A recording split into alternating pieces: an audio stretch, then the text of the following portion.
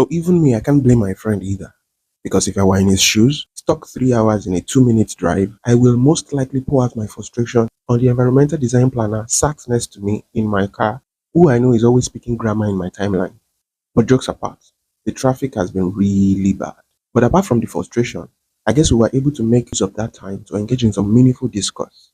So apart from the budget spend question, another one that really got interesting was whether it's fair to compare Lagos and Nigerian cities in general to 5,000-year-old cities. So let's look into this too. Should we compare Lagos or expect Lagos to match cities like London or to Barcelona with its thousands of years of growth, years of evolution, and expect that Lagos look and feel like them? Or should we cut it some slack? So one of the sayings that Yoruba people have is the fact that it is the horse in front, that the horse behind is constantly trying to catch up. And based on that mentality, it is okay, it is expected that we look up to and copy positive things from thriving and upward cities around the world.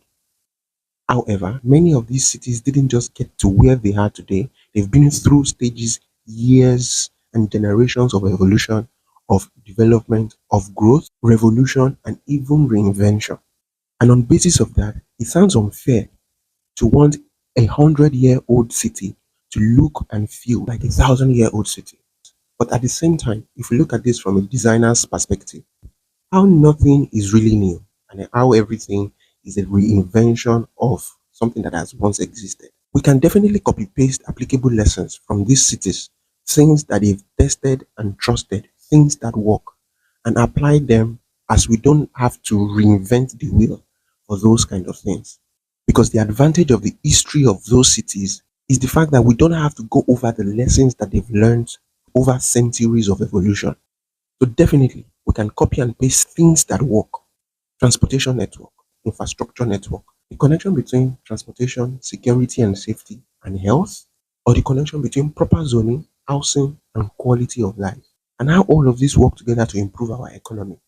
But finally, when all that is said and done, an important factor or an important consideration in all this is the fact that Africa, Nigeria, Lagos is different in context, in culture, and tradition from all these cities. And so we must also acknowledge and accommodate all these nuances that make up the culture, tradition, and lifestyle of the people that make up our cities. So, in essence, as we copy, before we paste, let's filter these concepts, these principles, these theories through the lens of the culture and backgrounds of the people that we are trying to plan and develop for. I hope this makes sense. But as usual, join the conversation. Let me know what you think. And I hope this helps.